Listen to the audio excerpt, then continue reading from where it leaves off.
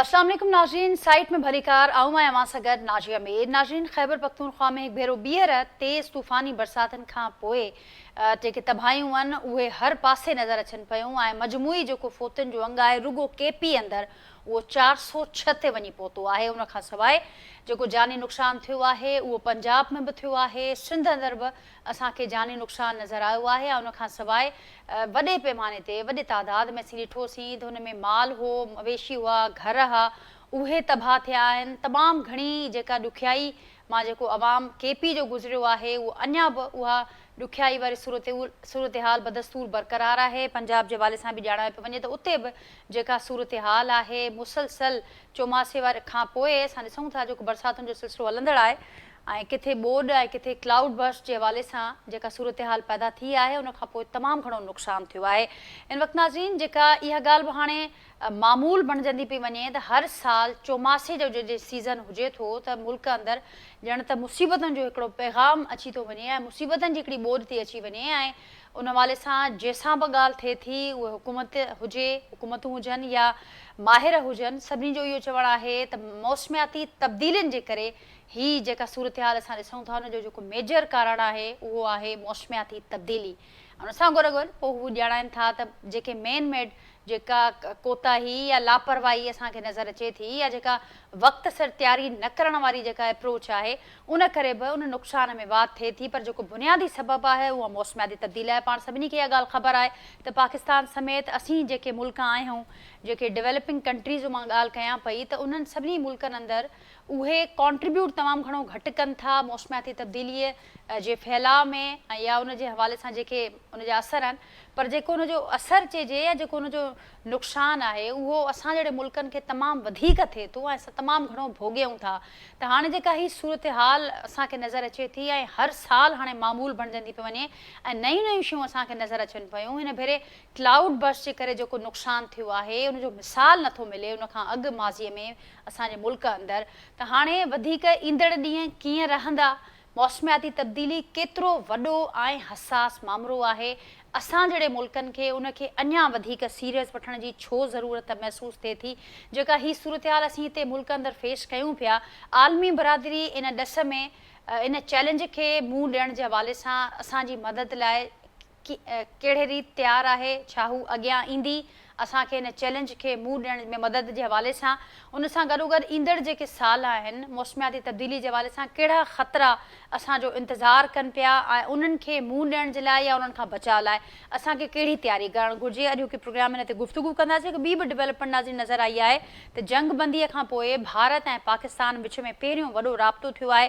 भारत इम्कानी ॿोॾि खां आगाही ॾिनी जम्मू कश्मीर वटि भारत खे, पाकिस्तान खे, जंहिंखां पोइ पाकिस्तान उन हवाले सां जेके ज़रूरी जेके क़दम खणा हुआ उहे बि खयां विया आहिनि ऐं उते पिणु अलर्ट वारी सूरत हाल आहे। इन मजमूई सूरत हाल ते नाज़रीन गुफ़्तगू कयूं था। असां सां गॾु जेको पैनल मौजूदु आहे उनजो तारुफ़ सां कराईंदसि। मूंखे अॼु के पैनल में जॉइन कियो आहे नामियारा पाणी माहिर आहिनि डॉक्टर हसन अब्बास साहब, वीडियो लिंक ज़रिए हिन प्रोग्राम जो हिसो आहिनि। उन खां सवाइ नाज़रीन सीनियर माहौलियाती माहिर आहिनि नासिर पंवर साहब, उहे पिणु वीडियो लिंक ज़रिए हिन प्रोग्राम जो हिसो आहिनि। अवां ॿिन्ही जी महिरबानी मां गुफ़्तगू जे लाइ वक़्तु कजो आहे। ॿिन्ही खे भली कार चवंदमि प्रोग्राम में। नासिर साहब अवां जी इजाज़त सां डॉक्टर हसन अब्बास साहब आपसे गुफ्तगू का आगाज़ करूँगी। इंट्रो में मैंने कुछ तो ये जो हालिया हमारे पास जो सूरत हाल बनी है उसका जिक्र किया है, आप मज़ीद उस पर रोशनी डालेंगे। ये मौसमियाती तब्दीली हम हर ज़बान पर यही आजकल हर ज़बान पर यही बात है कि ये जो कुछ हो रहा है, ये जो कुछ सूरत हाल इस वक्त हमारे साथ है, ये मौसमियाती तब्दीलियों का नतीजा है। तो मौसमियाती तब्दीली कितना बड़ा और कितना अहम और हसास मामला है और ये हमारे जैसे ममालिक के लिए क्यों मज़ीद हमें इसको संजीदा लेने की ज़रूरत है? जी, हमें तो सबसे पहले इसको संजीदा लेने की इसलिए ज़रूरत है क्योंकि हमने आज तक कभी जो है वो इस बारे में संजीदगी के साथ सोचा ही नहीं है। और जो हमारे नुकसानात हो रहे हैं इस वक्त, जो लोगों की लाइव्स और प्रॉपर्टीज़ जानी और माली नुकसान हो रहा है, उसमें माहौलियाती तब्दीली का बहुत कम और हमारी अपनी गफलत और नापायदार जो हमने चीज़ें बनाई हैं उनका ज़्यादा अमल दखल है। जहाँ तक इस मॉनसून में ज़्यादा बारिशों का ताल्लुक़ है तो ये भी माहौलियाती तब्दीली इसमें कम اور ایک اور سسٹم ہوتا ہے جو کہ مونسون کو کم اور زیادہ کرتا ہے، جس کو اینسو کہتے ہیں۔ یہ پیسیفک اوشن کا سسٹم ہوتا ہے۔ تو یہ جو اینسو ہے یہ ہمارے مونسون کو کبھی کبھی کمزور کر دیتا ہے اور کبھی کبھی زیادہ طاقتور بنا دیتا ہے۔ تو اینسو کا وہ سسٹم جو ہمارے مونسون کو کمزور کرتا ہے اس کو النینیو کہتے ہیں، اور اس کے الٹ وہ سسٹم پیسیفک اوشن کا جو ہمارے مونسون کو زیادہ مضبوط بناتا ہے اور اس میں زیادہ شدت پیدا کرتا ہے، اس کو النینیا کہتے ہیں۔ تو ابھی پچھلے چند سال سے النینیو کا سسٹم جو ہے، النینیو والا سائیکل چل رہا تھا پیسیفک اوشن میں، اب وہ ختم ہوا ہے اور لانینیا والا سائیکل جو ہے وہ آ گیا ہے۔ اور یہ سائیکل جو ہے یہ شفٹ ہوتا رہتا ہے ہر 5 سال 3 سال، کوئی اس کی ریگولر فریکوینسی نہیں ہے، لیکن کبھی 5 سال میں شفٹ ہوتا ہے، کبھی 3 سال میں شفٹ ہوتا ہے، کبھی 7 سال میں شفٹ ہوتا ہے، اور کبھی 1 سال میں بھی شفٹ ہو جاتا ہے۔ تو یہ فلکچویٹنگ سا سسٹم ہے، لیکن اس کی وجہ سے ابھی جو پیسیفک اوشن کی کنڈیشن ہے وہ ایشین مونسون کو مضبوط کر رہا ہے، جس کی وجہ سے اس سال جو مونسون آیا ہے اس میں ہم دیکھ رہے ہیں کہ اس میں شدت زیادہ ہے۔ اور یہ بات اس سے پہلے میں نے فیبروری میں اسی سال کی تھی، جس وقت ابھی ایک ڈرائی سپیل چل رہا تھا۔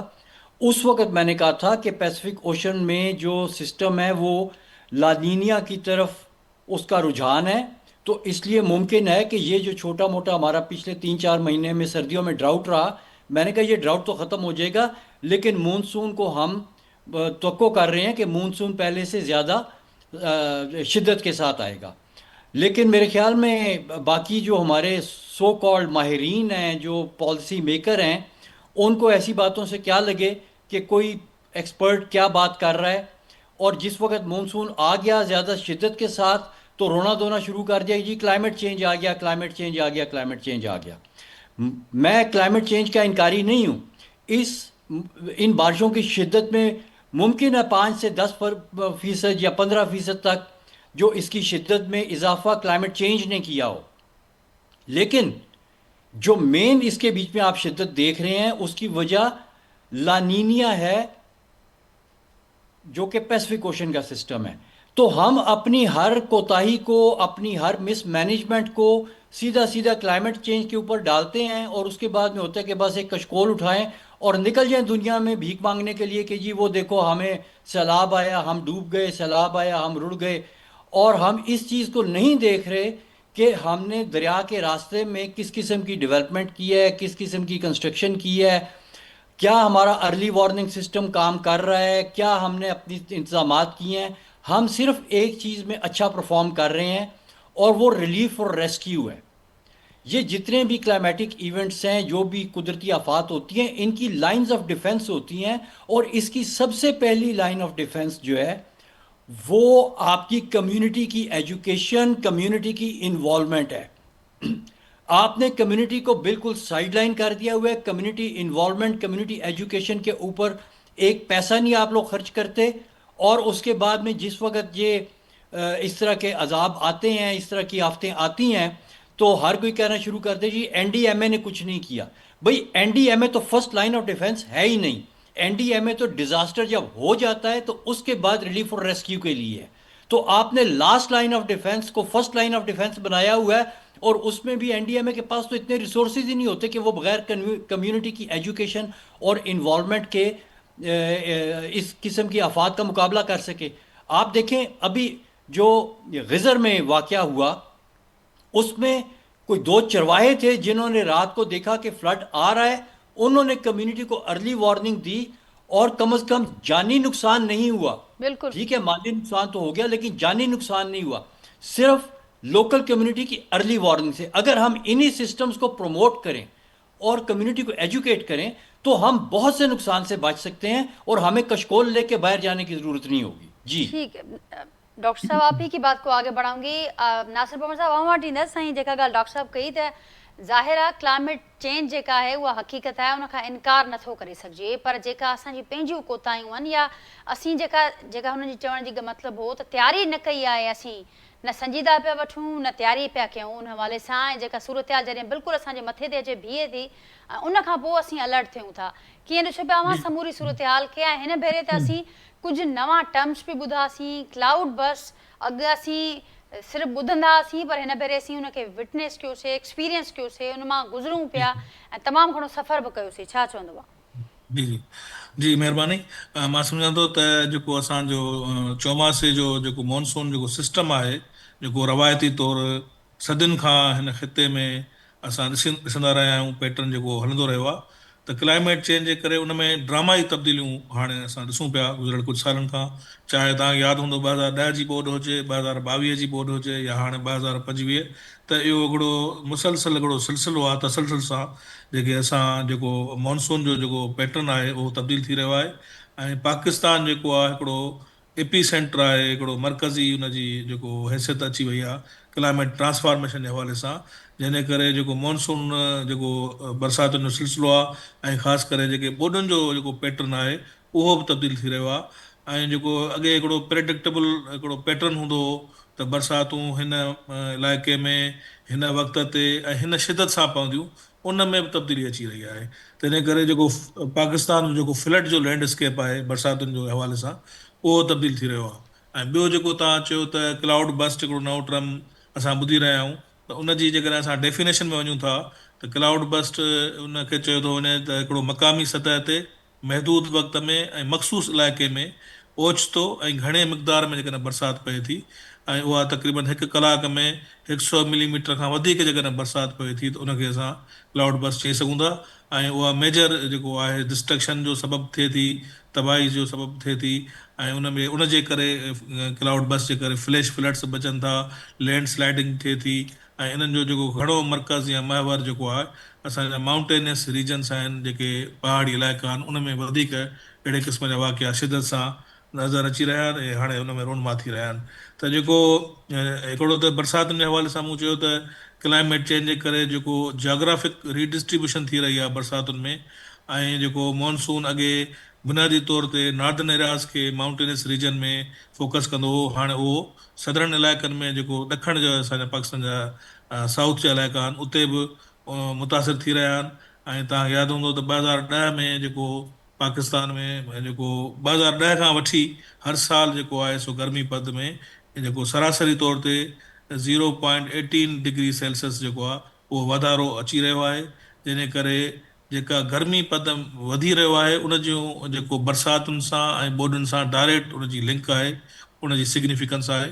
ऐं उन हवाले सां जीअं असां पंहिंजो ॻाल्हि कयूं था, जीअं डॉक्टर साहबु चयो, हसन अब्बास साहबु, त climate change is not the only reason जंहिंजे करे असां वटि जेका तबाही अची रही आहे। इन में असांजा जेका गवर्नेंस आहे, रूल ऑफ लॉ आहे, ऐं जेको असां वटि वाटर वेज़ ते इंक्रोचमेंट आहे, ऐं जेको असां वटि जेको ओवरऑल जेका डिफॉरेस्टेशन थी रही आहे, ऐं ॿेला घटि थी रहिया आहिनि, इहे बि सबबु आहिनि त असां वटि हर साल जेको आहे सो हिकिड़ो जीअं तव्हां चयो त नओं मामूल थींदो रहियो अचे पियो, नओं हिकिड़ो रूटीन थींदो पियो वञे, त असां वटि हर साल हाणे तव्हां ॾिसो त कराची में या इवन सिंध में मजमूई तौर ते हिन साल बरसाति घटि पई, ऐं तक़रीबन जून बि गुज़री वियो, जुलाई बि गुज़री वियो, अगस्त जे 3 हफ़्ते में जेका बरसाति शुरू थी आहे एकड़ बेकड़, त कुझु इलाइक़नि में ख़ासि तौर ते असांजो थर आहे, काछो आहे, कोहिस्तान आहे, उते त इहे बरसातूं जेके आहिनि से उहे रिलीफ जो सबबु थियनि थियूं, छाकाणि त उहे इलाइक़ा सख़्तु ॾुकार जी उन हालतुनि में गुज़री रहिया हुआ। त हिते माण्हुनि जो जेको गुज़र सफ़र आहे, थर आहे, काछो आहे, कोहिस्तान आहे, उहो आहे ई बरसाति ते, त उते नयूं वही थियूं अचनि, उते माण्हू जेके मुख़्तलिफ़ नंढनि डैम्स जो नेटवर्क ठाहियो वियो आहे, उहे माण्हू ग्राउंड वाटर रिचार्ज थिए थो, ऐं उते फसल बि थियनि था, आबादी बि थिए थी, चौपाए माल लाइ बि पाणी मिले थो, इंसानी आबादी लाइ मिले थो। पर हीउ जेको क्लाइमेट चेंज जे करे जेको पाकिस्तान में जेको फ्लड जो जेको पैटर्न चेंज थियो आहे, त हिकिड़ो त अॻे असां वटि दरियाई ॿोॾि हूंदी हुई, रिवराइन फ्लडिंग हूंदी हुई, हाणे ऐं ॿियो असां वटि हाणे अर्बन फ्लडिंग जो जेको फिनामिना असां ॾिसूं था, त शहरी जेको असांजी सूरत हाल आहे, छाकाणि त असांजा शहर जेके आहिनि, हिकिड़ो त असां वटि अर्ली वार्निंग सिस्टम एतिरो इफेक्टिव न आहे, जेको ड्रेनेज सिस्टम आहे उहो असां वटि कोलेप्स थी चुको आहे, ऐं जेको इंफ्रास्ट्रक्चर आहे उहो तमामु पुराणो आहे, ऐं उहो इन क़िस्म जे पाणीअ खे या मिक़दार जेका बरसाति आहे उनखे कैटर करण लाइ नाकाफ़ी आहे, इनएडुकेट आहे।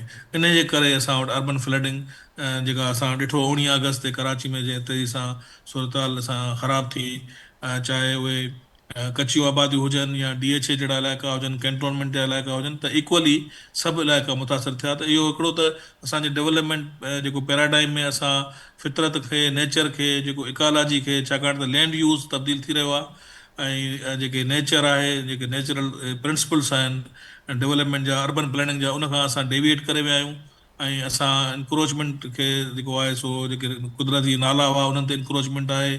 जेका असां वटि फ्लाईओवर्स आहिनि, अंडरपासिस आहिनि, उन्हनि में को बि स्ट्राम वाटर ड्रेन जो प्रोविजन न रखियो वियो आहे ऐं जो पुराणो ड्रेनेज सिस्टम आहे उहो उनखे कैटर करण लाइ नाकाफ़ी आहे। नतीजे में अर्बन फ्लडिंग बि असां वटि नओं नॉर्मल थींदो पियो वञे।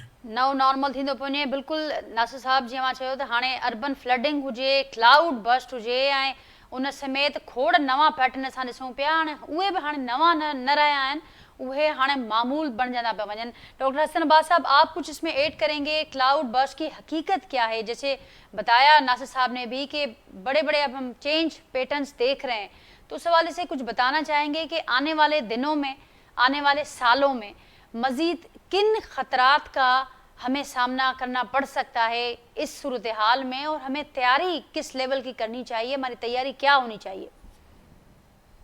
जी, हमारी जो है ना इस वक्त एक सोच ये बनी हुई है कि ये जो बारिशें हो रही हैं ये हमारे लिए मुसीबत और ज़हमत है। अगर हम अपनी सोच में सबसे पहले तब्दीली लाए ना कि भाई ये सिर्फ मुसीबत और ज़हमत नहीं है, ये हमारे लिए फ़ायदा भी है। आखिर आप ख़ुद देखें कि पानी के बगैर तो ज़िंदगी मुमकिन नहीं है, और हम एग्रीकल्चर इकॉनमी हैं, हमें तो जितना ज़्यादा पानी मिले हमें तो खुश होना चाहिए। अब बात यह है कि हमारे जितने पुराने मॉडल्स बने हुए डेवलपमेंट के, चाहे वो नहरी निज़ाम हो, चाहे वो बैराज हो, चाहे वो डैम हो, चाहे वो सड़कें हों, चाहे वो रेल की पटरियां हों, ये कुछ भी आपका क्लाइमेट कंपैटिबल नहीं है। ये 2022 के फ्लड्स में आपने देखा कि पानी के निकलने के रास्ते किसने बंद किए हुए थे? नहर के बंद ने, सड़क के बंद ने, रेलवे के बंद ने पानी के शीट फ्लो को रोक दिया, लोग सैलाब में डूब गए। क्यों? क्योंकि ये मॉडल्स क्लाइमेट कंपैटिबल नहीं है। हमने इसके ऊपर कोई सोचा? 2022 से लेके अभी तक 3 साल हो गए हैं, कोई स्टडी की इसके ऊपर? कोई इसके ऊपर जो है वो सोच विचार की गई किसी लेवल के ऊपर? मुझे तो नहीं नज़र आई।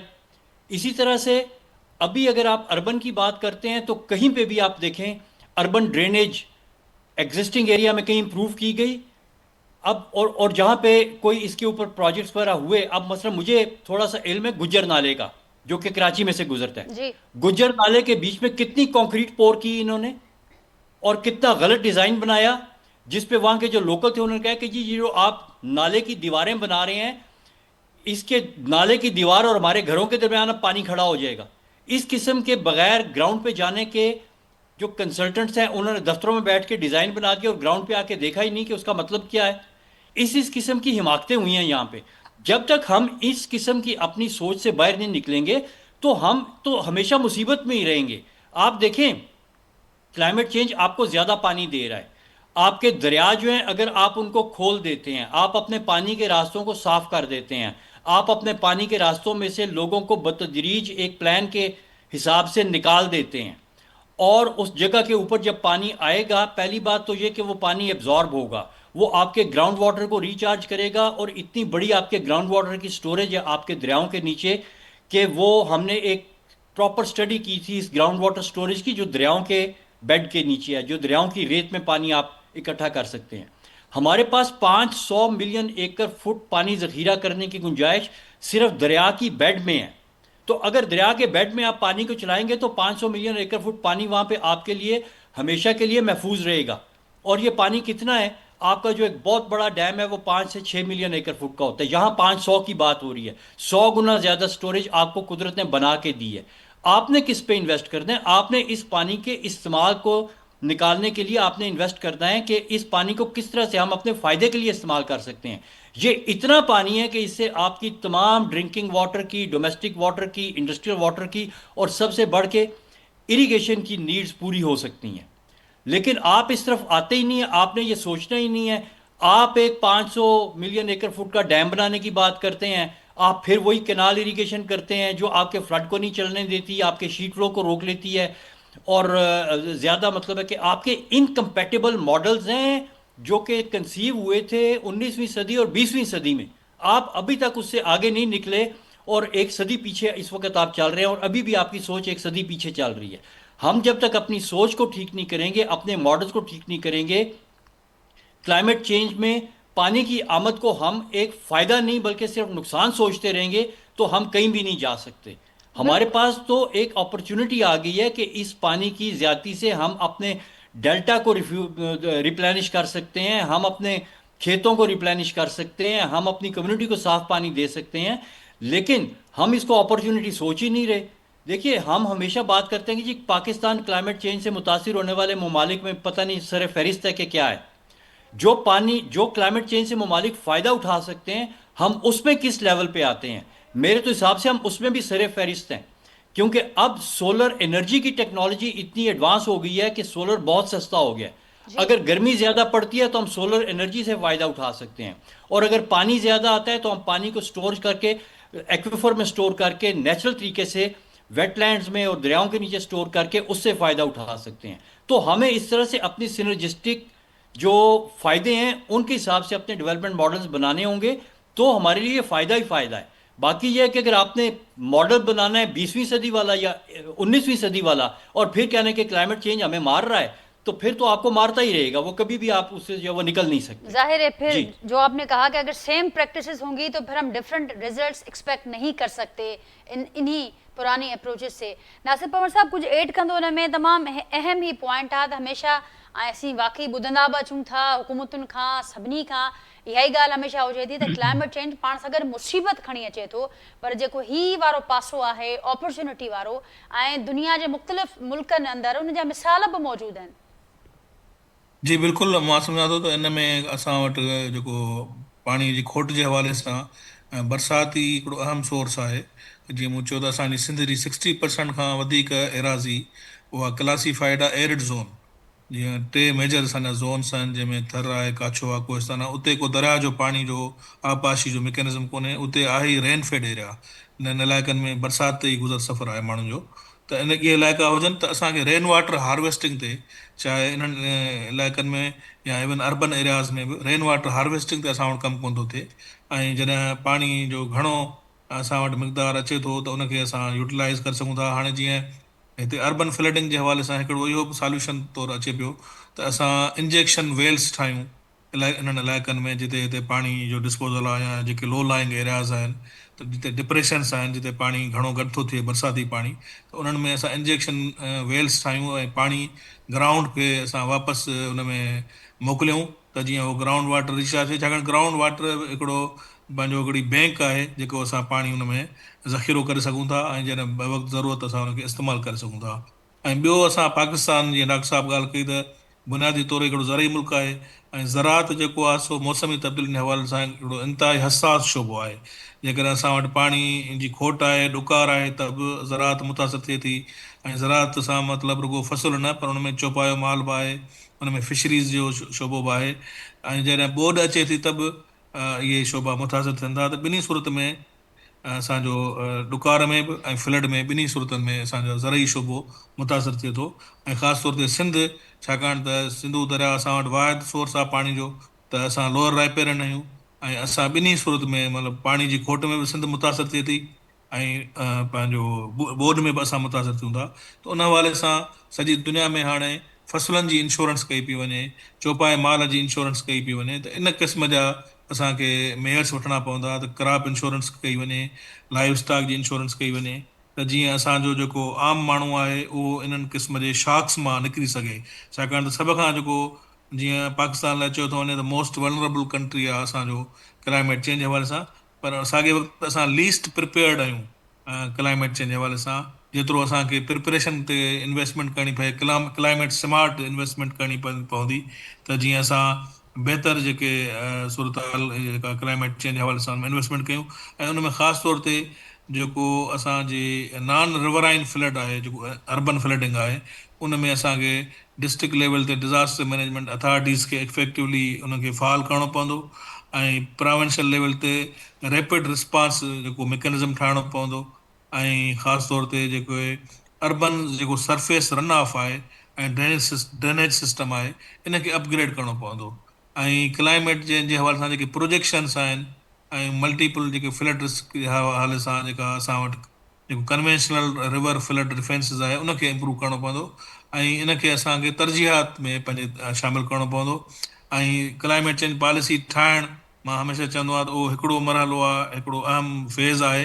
Climate change policy national level ते बि आहे, सूबाई लेवल ते बि आहे, ऐं असां हर इंटरनेशनल एग्रीमेंट जो हिसो आहियूं।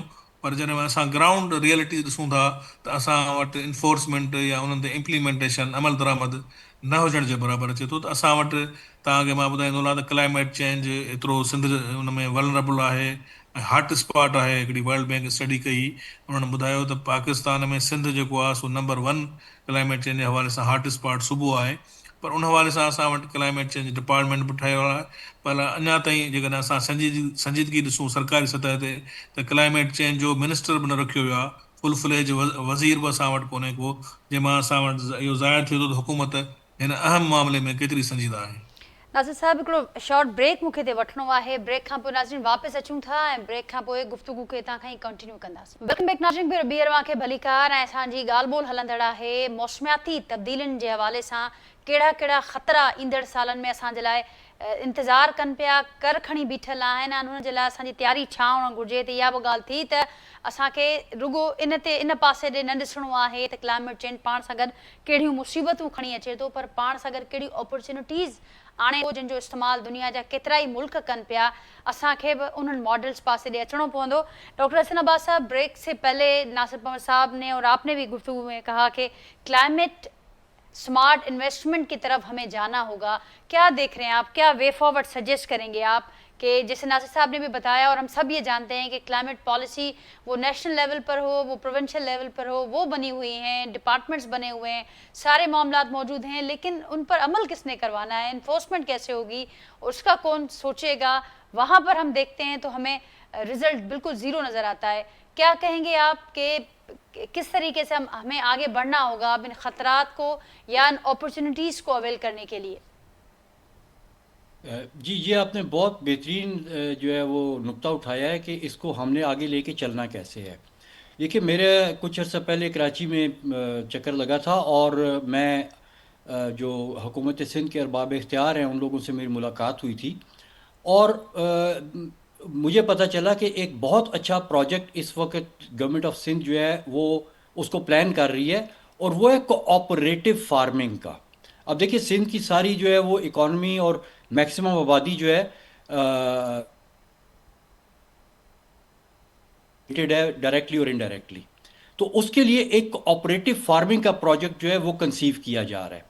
और उसमें अगर वाटर मैनेजमेंट का आप वो सिस्टम ले आए जो कि मॉडर्न है, मॉडर्न से मुराद कि वो जो मैंने अभी बात की इससे पहले कि जो आपके दरियाओं के नीचे रेत है उसके बीच में अभी हमने एक तजर्बात करके और इन्वेस्टिगेशन करके देखा कि बहुत ज़्यादा और मीठा पानी वाफिर मिकदार में मौजूद है। अब ये सैलाब उस पानी को रिचार्ज करते हैं जो दरिया में से गुजरते हैं। अगर उस पानी के ज़ख़ीरे को, जो कि एक मोहतात अंदाजे के मुताबिक 500 मिलियन एकड़ फुट का है, अगर उस ज़ख़ीरे को हम कोई ऐसी टेक्नोलॉजी लेके आएँ कि वो पानी का ज़ख़ीरा फार्मर के साथ कनेक्ट हो जाए, और फार्मर जब चाहे उस ज़ख़ीरे में से जितना चाहे पानी ना हो, उसको अपनी बारी की फिक्र ना हो, उसने सिर्फ अपनी फसल को देखना है, और जितना पानी उसको चाहिए उसके पास टूटी है, पंप है, वो पंप खोले, टूटी खोले और उसको वो पानी मिल जाए। तो ये चीज़ इस वक्त मुमकिन है, और इसके ऊपर इस वक्त गवर्नमेंट ऑफ सिंध काम कर रही है। और ये अगर एक डेमोन्स्ट्रेशन गवर्नमेंट ऑफ सिंध लगवा देती है जिसमें वो टेक्नोलॉजी डिस्प्ले हो जाती है कि जनाब ये पानी का ज़ख़ीरा है और ये इससे खेत लगे हुए हैं, इनमें पानी की कोई कमी नहीं है, भले ड्राउट आए भले फ्लड आए, दोनों केसेस में आपका फार्मर जो है उसको पानी मिल रहा है और उसकी फसलें भरपूर तरीके से लग रही हैं। तो ये एक गेम चेंजर होगा, और आई एम वेरी हैप्पी कि गवर्नमेंट ऑफ सिंध ऑलरेडी इसके ऊपर जो है वो सोच रही है और इस पर प्लानिंग कर रही है। اور میں یہی سجیسٹ کروں گا آپ کے پروگرام کے توسط سے کہ اس پروجیکٹ کو سرد خانے میں نہ جانے دیں، اس کو کریں۔ پانی کا یہ ایک ڈیمونسٹریشن آپ کر کے دیں، اس سے نہ صرف یہ کہ سندھ کو فائدہ ہوگا، پنجاب بھی سیکھے گا، کے پی بھی سیکھے گا، اور اس میں جو پرانے طرز کے لوگ وہاں پہ الٹے سیدھے مشورے دیتے ہیں کہ جی 6 کنالز اور بنا لیں اور 2 ڈیم اور کھڑے کر دیں، ان کو بھی سمجھ آئے گی کہ ڈیم سے 100 گنا زیادہ پانی آپ کی دریا کے ریت میں ہے، اور کنال کے بجائے ایک دوسرا طریقہ ہے اس پانی کو نکالنے کا، جس میں سولر انرجی اور ماڈرن آپ کے ٹولز استعمال ہوتے ہیں۔ ایک دفعہ وہ پروجیکٹ آ جائے تو پھر اس کا اسی طرح سے مثال ہے کہ ابھی تک کیونکہ کسی نے نہیں دیکھا اس لیے کسی کو سمجھ نہیں آ رہا، جب ایک دفعہ لگ جائے گا تو سب دیکھیں گے، سب کو سمجھ آ جائے گا۔ اس کی مثال میں اس طرح سے دیتا ہوں کہ جب تک یہ بٹنوں والا ٹیلی فون تھا اور ٹچ سکرین نہیں تھا تو کوئی بندہ نہیں کہتا تھا کہ مجھے ٹچ سکرین چاہیے، کیونکہ کسی نے دیکھا ہی نہیں تھا۔ جس نے ایک دفعہ دیکھ لیا اب وہ ٹچ سکرین کے بغیر جو ہے وہ بٹنوں والے پہ نہیں جاتا۔ تو یہی حساب ہے کہ ایک دفعہ یہ ڈیمونسٹریشن، اور میرے خیال میں گورنمنٹ آف سندھ کو اس پہ لیڈ لینی چاہیے، اور گورنمنٹ آف سندھ اس پروجیکٹ کے تھرو جو ہے پاکستان میں نہیں بلکہ اس پورے خطے میں ایک لیڈر بن جائے گی ایفیشینٹ واٹر مینجمنٹ کا۔ تو میرے خیال میں یہ ہمارے لیے اس وقت بہت بڑی اپرچونٹی ہے اور ہمیں اس سے فائدہ اٹھانا چاہیے، کیونکہ دیکھیں اس وقت تو بارشیں زیادہ ہو رہی ہیں، اگر یہی جو پیسفک اوشن کا سسٹم ہے وہ النینیو میں کنورٹ ہو جائے، لانینا سے، تو ہماری بارشیں کم ہو جائیں گی۔ پھر ہم کیا کریں گے؟ پھر ہم روئیں گے کہ دریا میں پانی کم ہو گیا، لیکن پھر ہمارے پاس وہ سٹوریج ہوگی جو اس سیزن میں ہم دریا کے نیچے، بلکہ ہم بھی نہیں کر رہے، قدرت کر رہی ہے، اور وہی قدرت کی ہوئی سٹوریج ہمارے کام آتی رہے گی، اور وہ اتنی بڑی سٹوریج ہے کہ 3 سال کا ڈراؤٹ آ جائے تو بھی وہ سٹوریج ختم نہیں ہوتی۔ تو ہمیں اس لائن کے اوپر بھی چلنا ہے، اور یہی ہماری جو ہے رائے نجات ہے۔ جی جی بہت اہم پوائنٹ ڈاکٹر حسن عباس صاحب۔ ناصر صاحب کچھ ایڈ कंदो इन में त ही गेम चेंजर प्रोजेक्ट साबित थी सघे थो ऐं ऑलरेडी इन ते शुरू बि थियल आहे, वीचारियो पियो वञे या उन जे कम बि स्टार्ट कयो वियो आहे, उन जे हवाले सां छा चवंदव वधीक?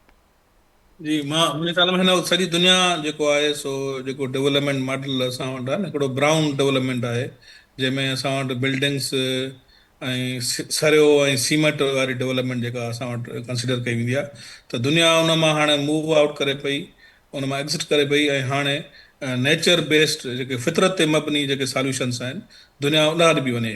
त उन ई हवाले सां असांखे जेके नेचर सॉल्यूशन ॾिए थी, असांखे उनखे वधीक रीइंफोर्स करिणो पवंदो, ऐं पंहिंजे पॉलिसी मेकर्स खे ऐं जेके डिसीशन मेकर्स आहिनि उन्हनि खे सेंसिटाइज़ करिणो पवंदो त डेवलपमेंट जो मतिलबु इहो न आहे त तव्हां वॾा वॾा मेगा प्रोजेक्ट्स खणी अचो जंहिंमें इंफ्रास्ट्रक्चर हुजे, पर डेवलपमेंट जो मक़सदु इहो आहे त जेको फितरत जे मबनी नेचर जे हवाले सां जेके रीइंफोर्स करे, मसइलनि असां वटि रेन वाटर हार्वेस्टिंग थी सघे थो, ऐं नंढा स्मॉल डैम्स थी सघनि था, ग्राउंड वाटर खे असां रिचार्ज करे सघूं था, ऐं जेको असांजो जीअं अर्बन फ्लडिंग जे हवाले सां मूं चयो त इंजेक्शन वेल्स असां इंट्रोड्यूस करे सघूं था, ऐं पंहिंजो ग्रीन कवर जेको आहे, जेको वेजिटेशन कवर आहे, जेको फॉरेस्ट आहे, ॿेला आहिनि, उन्हनि खे असां वधायूं, चाहे उहे असांजा दरिया जा ॿेला हुजनि या शहरनि में असांजी वणकारी हुजे, उनखे बि असांखे, ऐं ॿियो इहो आहे त जेका डेवलपमेंट हुजे उन में इकोलॉजी खे, फितरत खे असांखे रिस्पेक्ट करणी पवंदी, ऑनर ॾियणो पवंदो।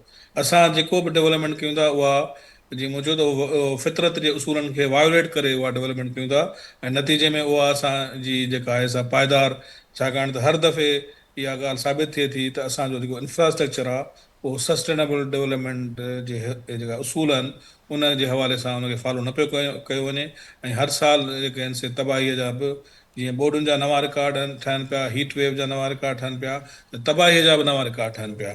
ऐं उन में असां जीअं ताज़ो वज़ीर आज़म बि चयो त असां माज़ी जे जेके इन्हनि आफ़तुनि मां सबक़ु न सिखिया आहियूं, त मां सम्झां थो त हाणे राइट टाइम आहे त असां इहे जेके बि नेशनल इंटरनेशनल एग्रीमेंट्स आहिनि, जेके पॉलिसीज़ आहिनि, कानून आहिनि, उन्हनि ते लेटर एंड स्पिरिट में अमल कयूं, त जीअं असांखे फ्यूचर पंहिंजो सिक्योर ऐं बहितर, अच्छा सस्टेनेबल डेवलपमेंट गोल्स आहिनि, 17 सस्टेनेबल डेवलपमेंट गोल्स आहिनि, उन्हनि ते बि असांजी जेका कारकर्दगी आहे उहा सुठी न रही आहे, त उन में हाणे 2030 ताईं उहो बाक़ी 5 साल बचिया आहिनि, त सस्टेनेबल डेवलपमेंट गोल्स ते बि असांखे कमु करिणो आहे।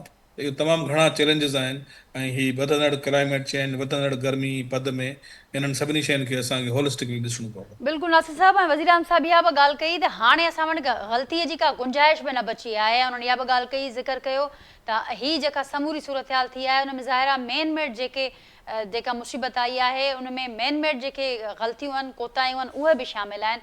तव्हां जेका ॻाल्हि कई तमामु अहम आहे त हाणे उनखे ई अॻियां असांखे वधाइणो पवंदो। डॉक्टर हसन अब्बास साहब, आखिर में एक और डेवलपमेंट हुई पाक भारत सीज फायर के बाद हमने देखा कि जो एक यकतरफा सिंध तास मुआहदे की मोतली हुई थी, उसके बाद एक पहला राब्ता हुआ है और इम्कानी किसी हवाले से, इम्कानी फ्लड के हवाले से अलर्ट भी किया गया, बताया गया। आप उसको कैसे देखते हैं?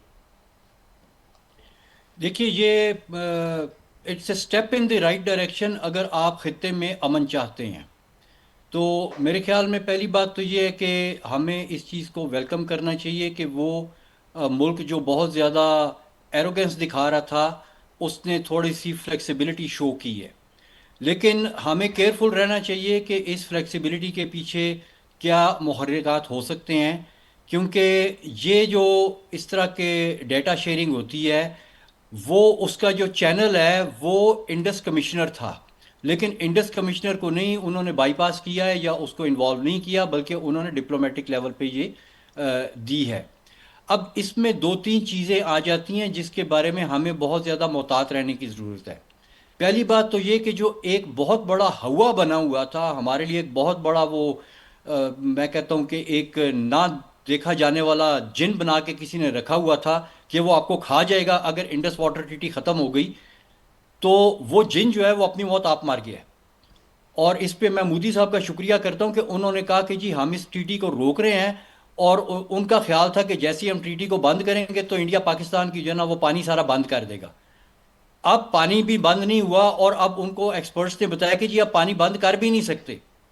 तो अब वो जो उन्होंने अपनी तरफ से हमें इतनी बड़ी गीदड़ भभकी दी थी कि ये इंडस वाटर ट्रीटी को रोक के तो मैं आपका पानी बंद कर दूंगा, अब उनको हर लेवल के ऊपर ये रियलाइजेशन हो गई है कि वो ऐसा नहीं कर सकते, बल्कि हम अब उनके बारे में जो प्रोग्राम्स कर रहे हैं और जो चीज़ें उनका हमारी पहुंच रही हैं उनके मुताबिक वो जंगी जराइम के मुर्तकिब हो सकते हैं इस तरह का काम करने में।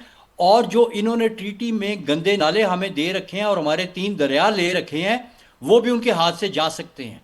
तो मेरे ख्याल में ये कुछ थोड़ा सा जो है ना वो अपना पैंतरा बदल रहे हैं, और मेरे ख्याल में इससे पहले कि इंडिया ये कहे कि जी मैंने ट्रीटी को हेल्ड इन अबायंस उसकी ख़त्म कर दिया और मैं वापस ट्रीटी पे आ गया हूँ, हमें इनके खिलाफ 1-2 अच्छे मुकदमात इंटरनेशनल कोर्ट्स में दर्ज करा देने चाहिए कि वो जो 4 गंदे नाले इन्होंने ट्रीटी में हमारे ऊपर मुसल्लत किए हैं उनको बंद किया जाए।